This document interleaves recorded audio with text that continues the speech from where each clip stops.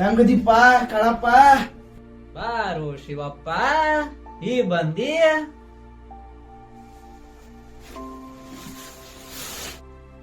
ಕಳಪ್ಪ ಮಗ ಅಲ್ಲ ನಮ್ಮಪ್ಪ.